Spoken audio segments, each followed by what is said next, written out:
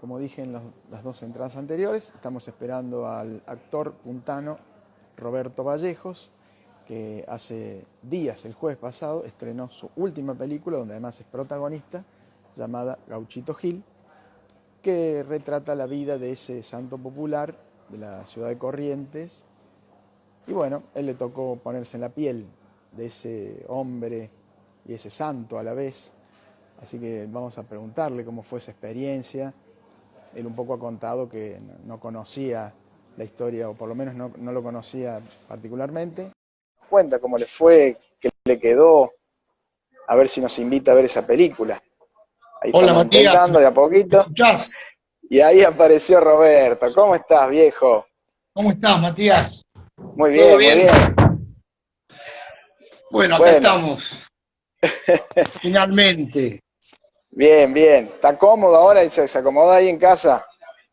Ahora sí, ahora sí, ahora sí. Bueno, fenómeno. Discúlpenme, no es Bueno, que tengo un caramelo en la boca, sino que me están haciendo unos implantes y tengo la cara hinchada. caramba, yo pensé que ya estabas armando un personaje, porque ya tenés como un rostro así para hacer algún personaje. Tengo la mitad de cara de Kiko. Robert, bueno, recién le contaba un poco a la gente que se está enganchando que el jueves se ha estrenado tu última película, Gauchito Gil, y bueno, queremos que nos contaras un poco qué vamos a encontrar en esa película, qué vamos a ver. Bueno, el Gauchito Gil es la historia que, bueno, se conoce de este santo no canonizado por la iglesia, pero tan venerado popularmente. Son los últimos años de él, una vez que vuelve de la guerra de la Triple Alianza contra Paraguay, y se resiste a seguir combatiendo, a seguir luchando en la guerra de las provincias. A partir de ahí se convierte en desertor y es lo que nos cuenta la película hasta el final de sus días. Mm. ¿Y qué te ha quedado de ese personaje? ¿Has podido tomar algo que no sabías de él? ¿La gente te ha contado cosas ahí en Corrientes? Sí, bueno, anécdotas de sus milagros y de sus proezas, hay muchísimas. Que se puedan probar pocas, sí, basándose en los hechos históricos de que él combatió en esa guerra, de que fue un desertor, es en lo que se basa la película. Pero lo que más rescato es el poder contar una historia de un momento histórico nuestro, donde el Gauchito Gil representa y simboliza a muchos gauchos de ese momento, y que padecían también esas circunstancias, ¿no? Donde eran tan condicionados por Ujú. el poder y donde eran por ahí tenidos en cuenta o convocados para un enfrentamiento militar. Pero hablamos de una época y de un sector también muy desclasado, muy perseguido. eh, por eso también es que el pueblo y la gente los quería y los protegía, porque también de alguna manera se sentían muy identificados con esas persecuciones o con esas injusticias que les tocaba vivir. Eh, una de las razones que se supone por la cual el gauchito no quiere seguir combatiendo es porque después del enfrentamiento con Paraguay, él siente que fue, como todas las guerras son en vano, pero esta más que nunca, derramar sangre hermana. Era una proximidad y una familiaridad que existía entre Corrientes y Paraguay, donde ese enfrentamiento militar lo llevó a enfrentarse con gente que él conocía, gente que tenían un trato.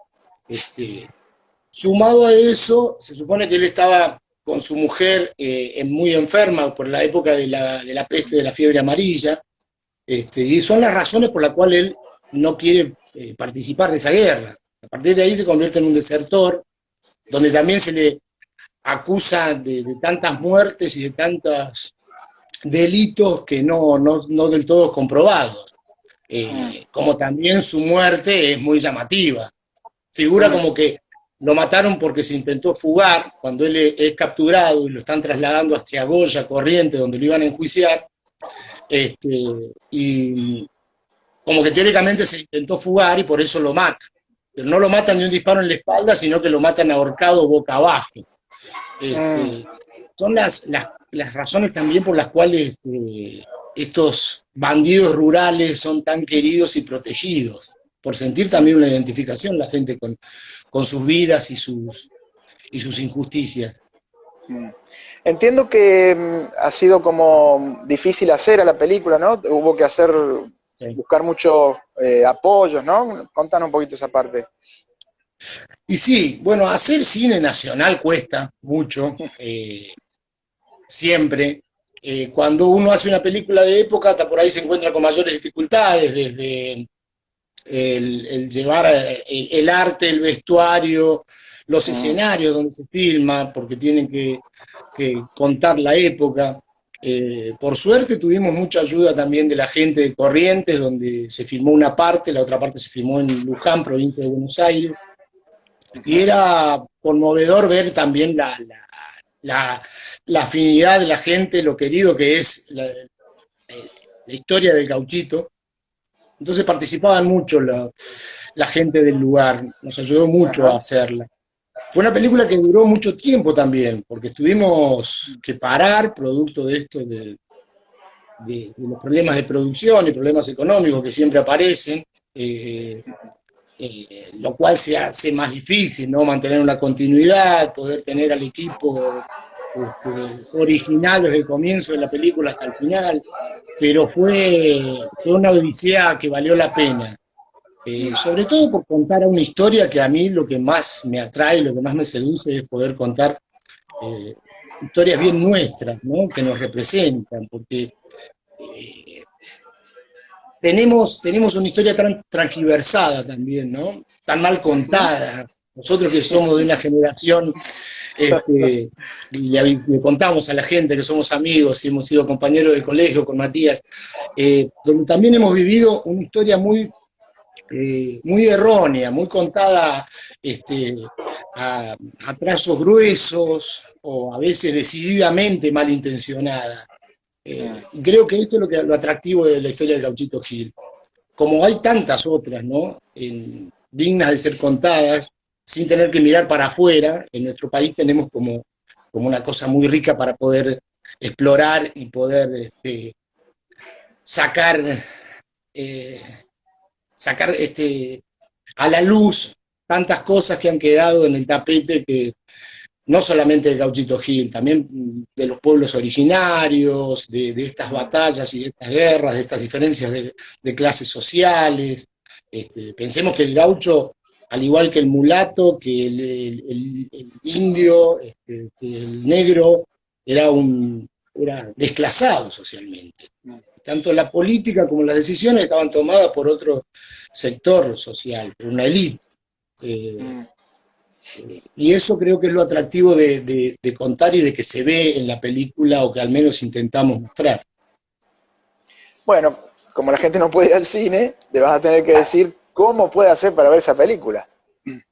Por suerte ahora, nos hubiese encantado hacer el estreno como se hace generalmente, como se ha hecho siempre, pero bueno, dadas las circunstancias de esta cuarentena, existe una plataforma como Cinear, que nos permite llegar no solamente al resto del interior, sino que también a lugares por ahí donde no hay salas, y de esta manera se puede ver. Entrando a la página de Cinear, con solo 30 pesos podés ver la película y la tenés a disposición creo que 48 o 72 horas para verla. Así que a partir del jueves pasado ya está a la disposición en estrenos de Cinear. Perfecto. Veo que te gustan mucho las historias de nuestra historia y recuerdo que has hecho alguna otra o algunas otras películas referidas a hechos Sí. históricos. Recordanos algunas. Una de ellas fue Cabeza de Tigre, que habla del fusilamiento de Liniers, en el cual Ujú. Mariano Moreno manda a Castelli a, a capturar a Liniers en la provincia de Córdoba, donde finalmente es fusilado. Un personaje maravilloso, Mariano Moreno, también ingratamente contado en la historia. Un adelantado que sabía que el pueblo necesitaba saber y no necesariamente tenía que aprender a leer y escribir, por eso es que funda el primer diario y pone a los oradores en la esquina de las plazas para que les puedan dar información y tenerlos al tanto de los acontecimientos que sucedían en el momento. Una película muy linda, muy vieja, creo que no sé si en la plataforma se encuentra, pero es digna de ver. Bien, ¿y cómo estás transitando estos días? Porque ustedes ahí en la Ciudad de Buenos Aires tienen más restricciones que nosotros aquí en San Luis. Sí. ¿Y cómo has llevado el hecho de no poder trabajar? No sé si estás en algún proyecto, si están ideando algo. Sí, me habían convocado para una obra para Teatro por la Justicia, Maciel, se llama la obra, con la dirección de Jorge Díez, que bueno, estamos haciendo una especie de ensayo vía Zoom, vía Skype, como se puede, eh, pero bueno, pensando para cuando se pueda volver. Yo lo estoy transitando bastante bien, estoy pasando un buen momento también en lo emocional, en lo familiar. Hace un año que fui papá, así que estoy disfrutando de mi familia, pero con la preocupación también lógica, ¿no? De que un momento difícil donde no todo el mundo puede pasarlo de la misma manera, y entiendo que también hay mucha preocupación por también saber cuándo se va a volver con la actividad, ¿no? Cuándo se va a volver al cine, cuándo se va a volver al teatro, cuándo van a ser habilitadas las salas, y también con el temor que va a quedar en la gente, ¿no? Hasta que pueda volver con la naturalidad como la que se volvía antes. Pero, sí, bueno, siendo consciente también que es la mejor manera y la única, y que las medidas tomadas han sido las correctas, y que gracias a eso tampoco estamos viviendo una situación tan terrible como pasa en Brasil, Chile y tantos otros países. Bien, estaba recordando que entre otras cosas, recién le contaba a la gente mientras estábamos tratando de enganchar, que también de muy joven te tocó hacer una experiencia como director de teatro y vi que era una obra que habla de los últimos momentos de la vida de Eva Perón, pero contada desde los sirvientes. ¿Puedes contar un poquito? Creo que eso no ha trascendido mucho. No, es una obra que dirigí, que cuando se pueda volveremos, las 20:25 se llama, de Patricia Suárez, que es el horario en que se supone que murió Eva Duarte. Y es muy interesante la obra porque está contada desde el punto de vista de la gente que trabajaba en su casa, donde tenía un vínculo y una cercanía, iba viendo esos últimos momentos, esa agonía, no solamente de Eva Duarte, sino también de lo que pasaba en la casa, de Perón, de la Argentina de ese momento, y de las circunstancias que rodeaban a todo eso.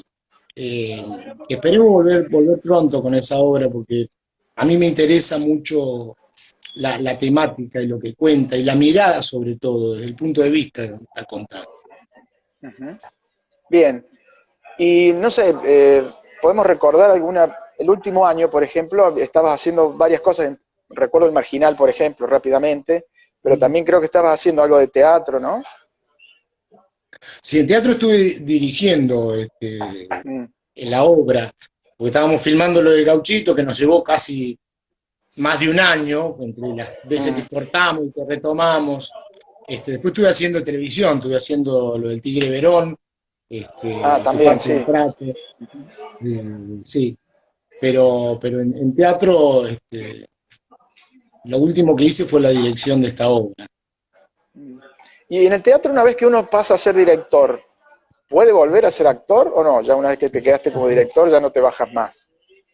No, sí, yo esencialmente soy actor. Yo dirigí esa obra porque me interesó la temática, porque me interesa la dirección, me interesa incursionar en esos temas, pero la adrenalina la tengo con actuar. Cuando leo los textos, los imagino más en los personajes que puedo interpretar, más que con la mirada del director que pueda llegar a tener. Me gusta mucho la dirección, pero yo esencialmente me considero un actor. Eh, y es ahí donde tengo el bichito que pica de lo que quiero hacer. Bien, y ahí, hablando de actores, has trabajado, me puse a mirar ahí rápidamente, por lo menos con los consagrados, de estos últimos 20 años, has trabajado con casi todos. ¿Cómo ha sido esa experiencia? ¿Cómo te han tomado? Porque uno viene del interior, es desconocido, tiene que hacerse de abajo, tiene que estudiar, y de golpe un día le dan la oportunidad, ¿no? ¿Cómo te Sí. fue con el resto de esos actores más conocidos, que uno por ahí está deslumbrado y no los conoce como Yo personas tuve la suerte normales? de verdad de laburar con mucha gente muy talentosa y muy interesante, y lo que sirve es un gran aprendizaje. Yo creo que todos, cuando tenemos una formación o pasamos por un estudio de teatro, como he tenido la suerte yo de pasar por el estudio de Agustín Aleso, que aprovechamos para mandarle un abrazo, que está pasando un momento delicado ahí de salud. Ujú. Pero cuando uno transita por los estudios de teatro, tiene una formación, una mirada del trabajo que es esencial para a la hora de salir a laburar.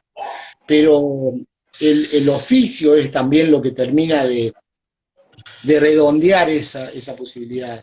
Y, y, sobre todo, en mi caso, me lo han dado la gente con experiencia con la cual yo pude trabajar, tanto en la televisión, desde una novela, como en una obra de teatro, como en una película, o la posibilidad de ser dirigido como lo fui en la primera película por Eduardo Miñona.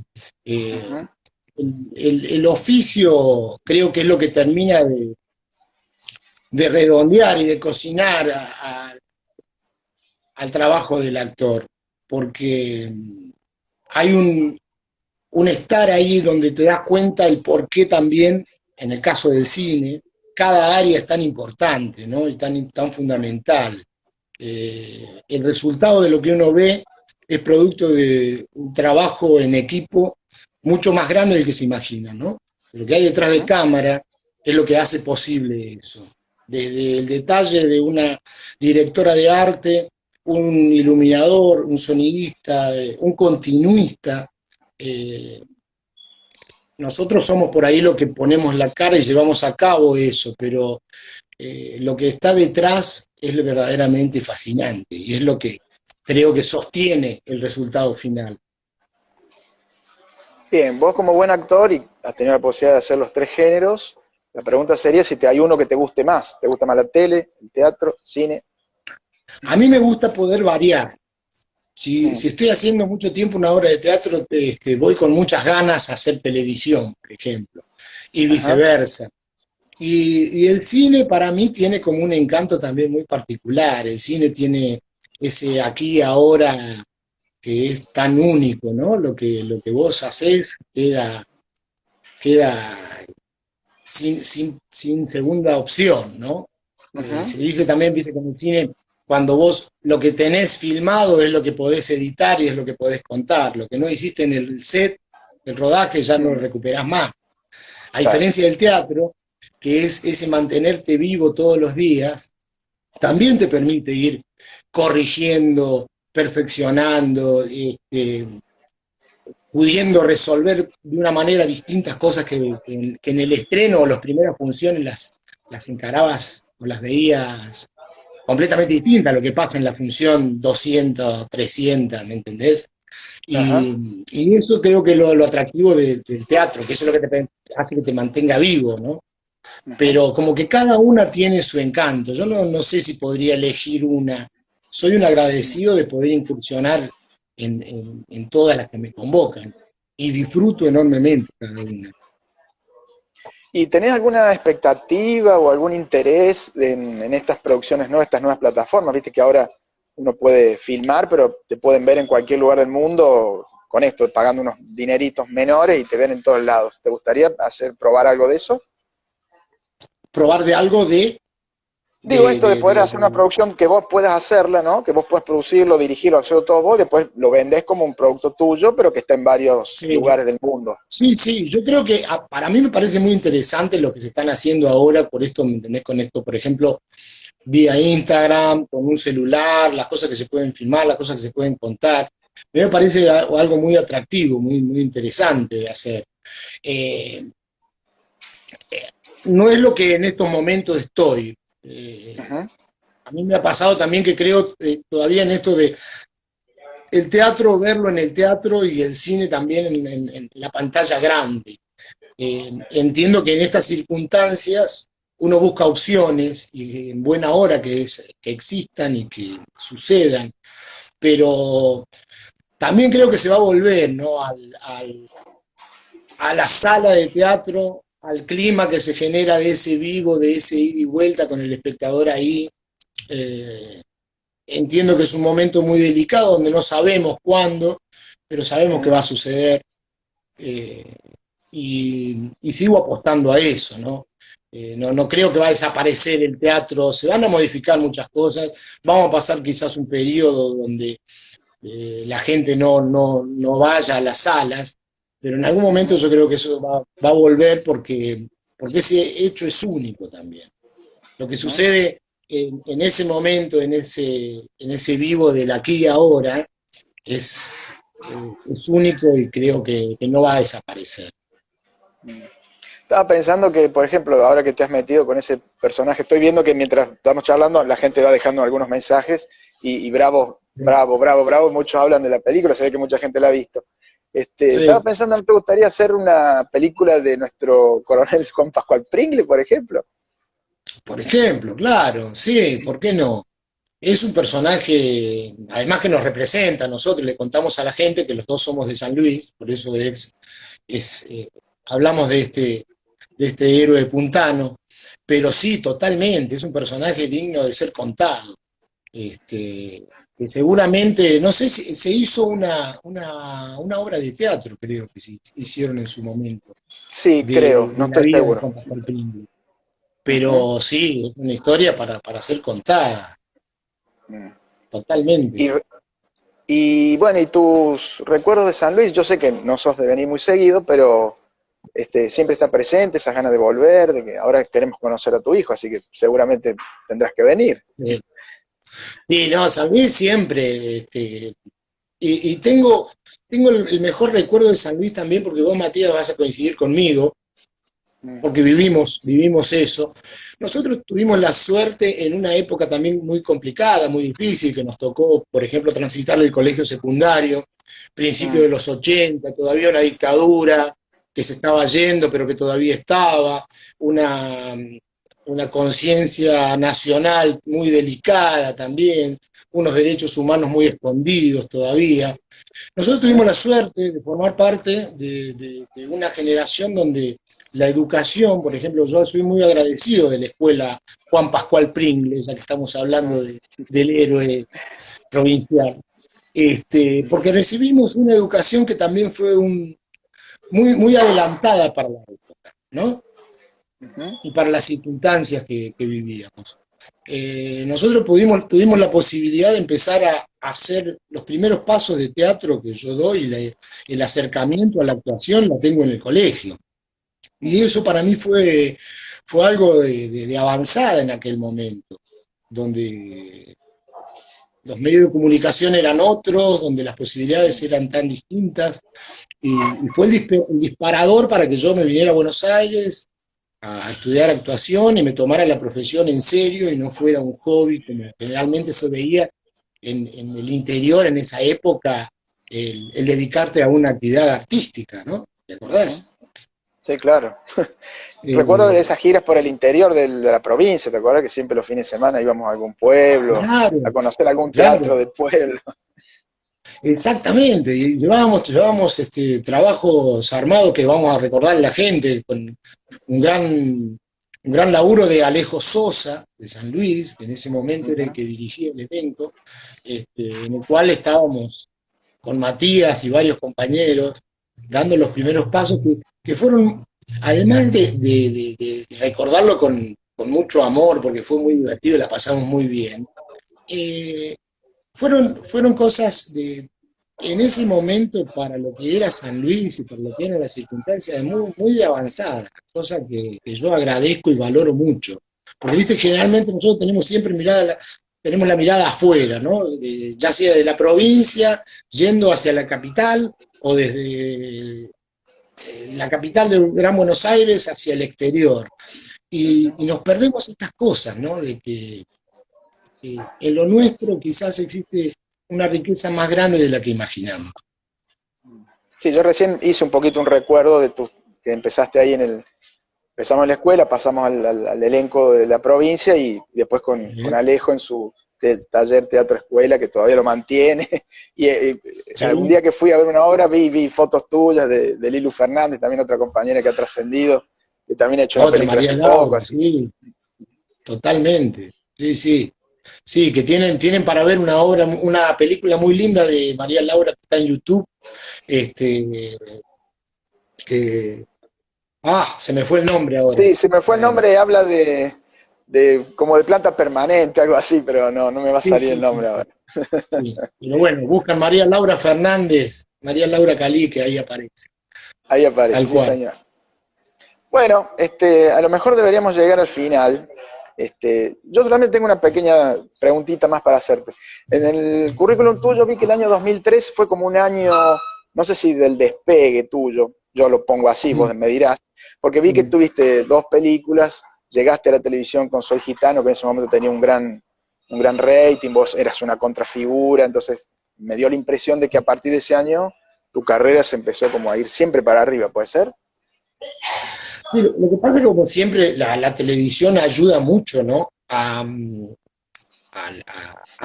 una popularidad o a ser más conocido, por lo tanto también a tener la posibilidad de que te convoquen más para una obra de teatro o para una película.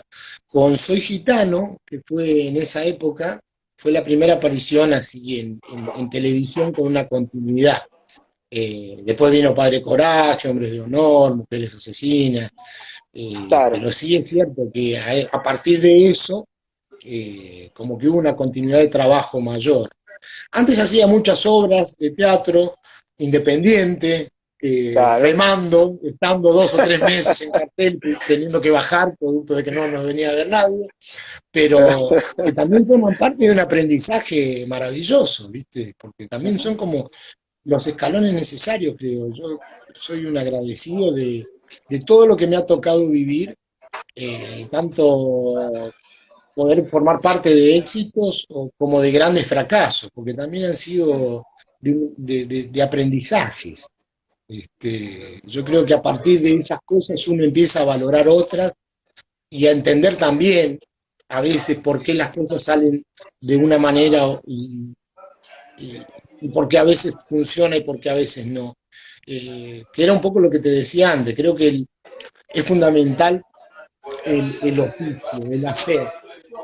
Hay un momento de formación y de preparación para, para saber de qué se trata, pero también es como fundamental el paso de mostrar, ¿no? De concretar el objetivo.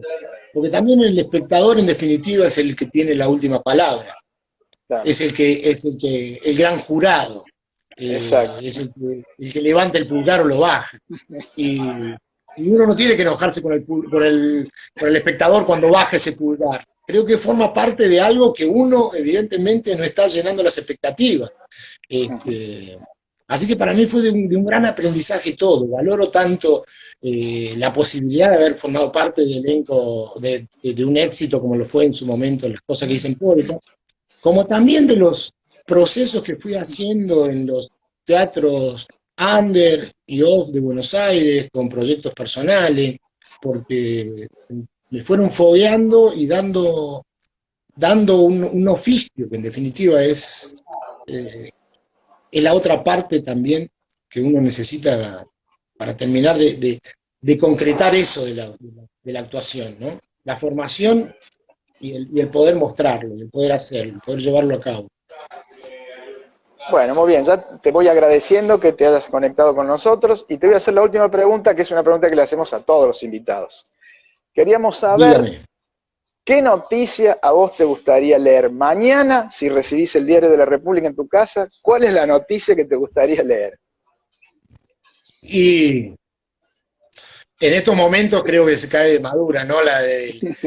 Que, que se terminó no la cuarentena, que se terminó la pandemia, que se terminó la enfermedad, Mm, que, que podemos tener una